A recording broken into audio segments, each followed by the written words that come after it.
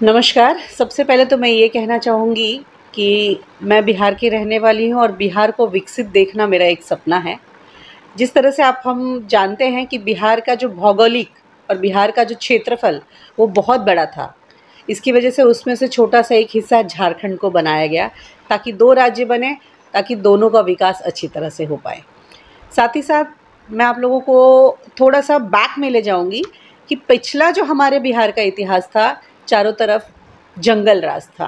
कहीं भी अपहरण की घटना, चोरी की घटना, नरसंहार की घटना, चरवाहा विद्यालय, न जाने इस तरह की कितनी सारी चीज़ें थी, जिनसे गुज़र के बिहार का युवा और बिहार के लोग यहाँ तक आज पहुँचे हैं। परंतु आज की सरकार में, आज के दौर में वहाँ पर बहुत सुंदर-सुंदर एनएच बन रहे हैं, रेलवे की अच्छी-अच्छी परियोजना आ चुकी हैं, नदियों को नदियों से जोड़ने का काम आ चुका है, बाढ़ से राहत मिल चुकी है। साथ ही साथ युवाओं का जो पलायन है वो थोड़ा-सा रुका है, क्योंकि नौकरियाँ जो बहुत सालों तक बहुत सारे विश्वविद्यालय हो, चाहे कॉलेजेस हो, चाहे स्कूल्स हो, जहाँ पे नौकरियों में रिक्रूटमेंट या नौकरियों में जो एक क्या कहते हैं उसको रुका हुआ था काम, सरकारी नौकरी हो चाहे किसी भी प्रकार का बिज़नेस हो, वो सब काम ठप्प था एक तरह से पिछले दिनों में, पिछली सरकारों में। वो हमारी भाजपा की सरकार के बाद, एनडीए की सरकार के बाद वहाँ पर सब कुछ अच्छा हुआ है, स्टेबल हुआ है। आप बहुत ही कम घटनाएँ देखोगे जिसमें आपको इस तरह से दिखेगी जो गतिविधियाँ हमको अच्छी नहीं लगती हैं। बिहार के युवाओं को रोकने के लिए, वहाँ का पलायन रोकने के लिए और जो प्रवासी बन चुके हैं बिहार से निकल कर मुंबई, दिल्ली, कलकत्ता, चेन्नई, बैंगलोर जैसे शहरों में या विदेशों में जाकर बस चुके हैं, वहाँ पर आप जाकर देखिए तो कारोबारियों की लिस्ट में बिहार के व्यक्तियों का नाम आपको ऊपर के दर्जे पर मिलेगा। मैं चाहूँगी कुछ नामों को भी थोड़ी देर में आपको गिनवा दूँगी कि हमारे बिहार के लोग कितने बड़े-बड़े कारोबारी हैं, जिसमें एक सबसे बड़ा फार्मास्यूटिकल्स कंपनी वाले हमारे संप्रदा बाबू रह चुके हैं। इस तरह के अन्य कितने ही बिज़नेसमैन हैं जो वहाँ पर यूनिवर्सिटी खोल रहे हैं, वहाँ पर होटल खोल रहे हैं, वहाँ पर उन लोगों के पेट्रोल पंप बन रहे हैं, सीएनजी पंप तक वहाँ पर आ चुका है। क्यों आ रहा है? क्योंकि हमारा बिहार भी विकसित होना चाहता है। हमारे बिहार के युवा भी चाहते हैं कि उनके ही बिहार में उनको रोज़गार मिले। उनको रोज़गार के लिए दूसरे राज्यों पर निर्भर या अपने घर को, अपने लोगों को छोड़कर जाना ना पड़े। तो बिहार को विकसित करने के लिए हमारे जो प्रधानमंत्री जी हैं, उन्होंने तो बहुत सारी ऐसी योजनाओं का वहाँ पर शिलान्यास किया है। बहुत सारे ऐसे काम हमारे जो कैबिनेट मिनिस्टर्स हैं, वो बार-बार बिहार का दौरा कर रहे हैं, जिसमें बहुत सारे मुझे लगता है पिछले बजट में 63,000 करोड़ का बजट में पेश किया गया कि बिहार को दिया जाए और बिहार को विकसित किया जाए। मैं एक प्रवासी होने के नाते चाहूँगी कि जिस तरह हम अन्य राज्यों में घूमते हैं, तो अन्य राज्यों में घूमने के बाद हमको दिखाई देता है कि वहाँ की सड़कें, वहाँ के गार्डन, वहाँ का म्यूज़ियम, वहाँ के मंदिर, वहाँ का जो भी एक नगर बसाया हुआ है, उसमें बराबर जल की आपूर्ति होती है, सड़कों का निर्माण होता है, ड्रेनेज की व्यवस्था होती है, बड़े बुज़ुर्गों के लिए गार्डन सुबह-शाम दौड़ने के लिए होता है, बच्चों के खेलने के लिए होता है।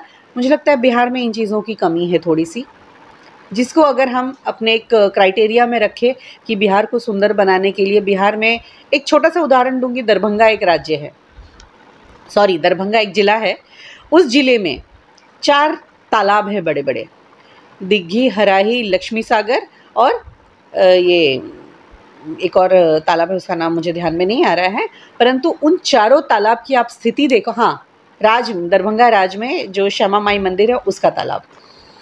उन चारों तालाब की आज की स्थिति आप देखोगे तो आपको बुरा लगेगा कि वो तालाब यदि हम साफ़ करवा लेते हैं और उसमें नौका विहार परियोजना शुरू कराते हैं, साथ ही साथ उस तालाब के चारों तरफ बहुत सारे ऐसे भूखंड हैं जो ऐसे ही है, गंदगी, कचरा, कूड़ा के लिए रखा गया है।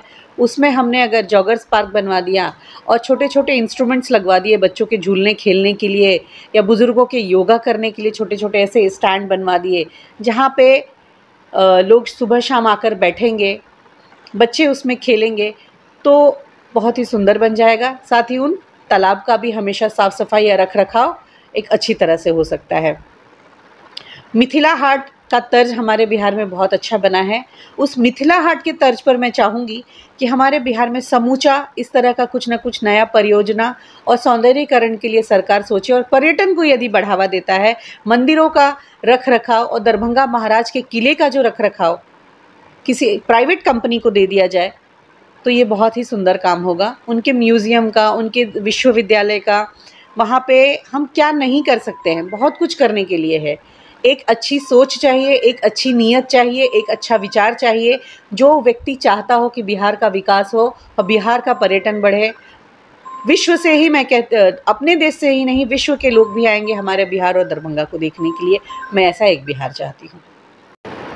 ये मेरा आंखों देखा हाल है कि बिहार का पलायन और बिहार से हिंदुओं का पलायन बहुत ज़्यादा हुआ है। मैं अपने शादी के वर्षों से ये देख रही हूँ कि 25 साल पहले जब मैं मेरे ससुराल गई थी या मेरे मायके गई थी तो हिंदुओं की संख्या बहुत अच्छी थी, परंतु आज के डेट में अगर मैं जाती हूँ बिहार में और अपने गांव में दरभंगा मधुबनी, तो वहाँ पर हिंदू कम और मुस्लिम लोग ज़्यादा हमको दिखाई देते हैं। हमारे घर टूटे हुए, दबे हुए, और हमारे घरों के बाजू में मस्जिदों का कब्जा हो गया है। हमारे ज़मीनों को उन लोगों ने कब्जा किया हुआ है क्योंकि उनको कोई डर नहीं है और हम लोग थोड़े से लापरवाह हैं अपनी ज़मीनों के प्रति। अपने काम धंधे को लेकर पलायन कर चुके हैं, शहरों में आकर बस चुके हैं और हम अपनी ज़मीनों पर उतना ध्यान नहीं देने जाते हैं। इस बात का उन लोगों को पता है कि ये शहर से वापस गांव आने वाले नहीं हैं। इसकी वजह से उन लोगों ने हमारे हिंदुओं की ज़मीनों पर कब्जा करना शुरू कर दिया है और यदि एक हिंदू खड़ा होता है तो दूसरा हिंदू वहाँ पर उनके लिए लड़ने के लिए नहीं है, परंतु वो एक व्यक्ति दुबई में रहकर, कहीं भी रहकर बहुत बड़े बड़े फंड्स लाकर अपने घरों को, अपने मस्जिदों को बड़ा कर लेते हैं और एक एक व्यक्ति 10-10, 15-15 बच्चे पैदा करता है और वहाँ पे पूरा एक व्यक्ति पूरा गाँव बसा लेता है, मुस्लिम लोग। परंतु हम हिंदू एक बच्चा पैदा करता है या 2 बच्चा पैदा करता है, उसी में परेशान रहता है, उसकी एजुकेशंस को लेकर घर छोड़कर विदेशों में चले गए हैं, शहरों में चले गए हैं, परंतु अपना गांव और अपना ज़मीन बचाने के लिए हम वापस नहीं जा पाते हैं। ये हमारे लिए बहुत ही दुर्भाग्य की बात है, बहुत बड़ी विडंबना है। सरकार से मैं ये गुजारिश करूँगी कि ये जो इस समय भूमि राजस्व के माध्यम से सभी को अपने दस्तावेज़ दिखाने के लिए और अपनी ज़मीन को जो क्या कहा है, रसीद कटाने के लिए कहा गया है, अपनी ज़मीनों की तरफ ध्यान दो और अपना जो ज़मीन हमारे पुरखे छोड़ गए हैं, हमारी वंशावली में जो हमारी ज़मीन है वो अपने नाम पे करवा लो, ताकि आने वाले समय में इन खतरों से हम सावधान रहेंगे। पर सच ये है कि आज के डेट में अगर हम गाँव में जाते हैं तो हमको वो गाँव अनाथ आश्रम और वृद्धाश्रम जैसे लगते हैं, क्योंकि कुछ ही बुज़ुर्ग वहाँ पर रह गए हैं, यूथ वहाँ से पलायन कर चुका है। परंतु मुसलमानों के लोग 100 के 100 में से 80 लोग वहीं पर है, कोई भी वहाँ से पलायन नहीं करता है।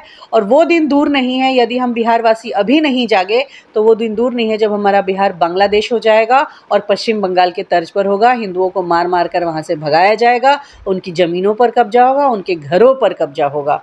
स्थिति बहुत ही भयानक होने वाली है। इसीलिए मैं सभी लोगों से ये हाथ जोड़कर आग्रह करूँगी कि जिन लोग ज़मीन वहाँ पर रखे हुए हैं, अभी भी समय है, समय बढ़ाई गई है भू राजस्व मंत्री के द्वारा, अपनी अपनी ज़मीनों का कब्जा लें, अपनी अपनी ज़मीनों की रसीदें काटें और अपने घरों के तरफ जाइए और अपनी चीज़ों को अपनी ओर समेटिए। वो ऐसा समय मत आने दीजिए कि हम लोगों को बाद में पछताना पड़े कि हमने समय रहते इन सब चीज़ों पर ध्यान नहीं दिया।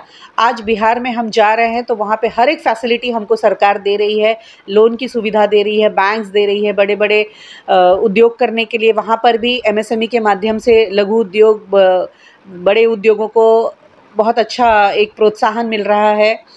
और मखाने की खेती के लिए पंप्स, पेट्रोल पंप्स बिठाने के लिए, होटल खोलने के लिए आपके पास बहुत ज़मीन है। जो काम आप बाहर जाकर कर रहे हो हम बिहार में जाकर भी कर सकते हैं और हमारे ही लोगों को हम वहाँ पर रोज़गार भी दे सकते हैं, न कि हमें किसी अन्य राज्य के नेताओं द्वारा भगौड़ा होना पड़ेगा या फिर कल हो के अपमानित होकर हमको अपने बिहार की तरफ पलायन करना पड़ेगा। कोरोना के समय हम ये सब चीज़ देख चुके हैं कि कहीं ना कहीं हमारा जो मिट्टी है, हमारा जो देश है वो हमको बुलाता है और हमको अपने ही राज्य में, अपनी ही मिट्टी के पास यदि हमको पसंद है कि वहाँ जाके हम कुछ करें तो हमारे लिए गर्व की बात होगी, सौभाग्य की बात होगी। साथ ही हमारे आने वाले जनरेशन के लिए हम कुछ छोड़ कर जाएंगे, ना कि हम मुगलों की सरकार वहाँ पर बना कर जाएंगे। रंजू जी, जैसा कि हम सभी जानते हैं कि बिहार में पर्यटन स्थल बहुत सारे हैं जी, और वहाँ की कला जैसे कि पेंटिंग काफ़ी मशहूर है, तो उसके बारे में आप क्या कहना चाहेंगे? आपको पता होगा कि इस बार जब बजट पेश किया गया तो निर्मला सीतारमण जी जो हमारे भारत की वित्त मंत्री हैं, उन्होंने मिथिला पेंटिंग की साड़ी पहनकर बजट पेश किया संसद में। तो हमारे बिहार का मिथिला पेंटिंग और मधुबनी पेंटिंग विश्व प्रसिद्ध है। मैं जापान गई थी, जापान में भी हमने देखा वहाँ के ट्रेन्स पे मधुबनी पेंटिंग की हुई है। तो ये सोचिए कि हमारे बिहार का कला और हमारे बिहार की संस्कृति कहाँ विश्व में नहीं फैली हुई है। तो मैं सरकार से ये अनुरोध करूँगी कि हमारे बिहार में हर घर में लगभग बच्चों को बच्चियों को मधुबनी पेंटिंग की जानकारी दी जाती है। जैसे बचपन में स्केचेस बनाने के लिए दिया जाता है, तो वहाँ पे एक उम्र के बाद कुछ महिलाएं बैठकर दिन भर यही काम करती है।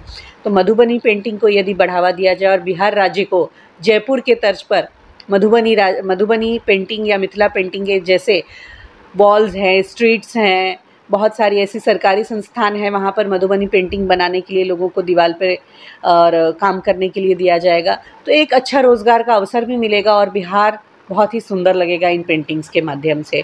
Mithila painting last time Madhubani station पर और दरभंगा स्टेशन पर बहुत अच्छी कलाकृति दी गई और सुंदर भी लगा, परंतु इनको पोलों पर भी अगर हम उतारा जाए, स्टेशंस पे जगह जगह पर जहाँ सफाई दिखे, जहाँ पे अच्छी बना सकते हैं हम दीवारों को, स्ट्रीट को सुंदर बनाने के लिए, एक तरह से उन महिला और पुरुषों को भी रोज़गार मिलेगा और जो दीवारें सुंदर लगेंगी तो कोई नहीं वहाँ पर कभी थूकेगा और ना कभी वहाँ पर गंदगी जमा होगी।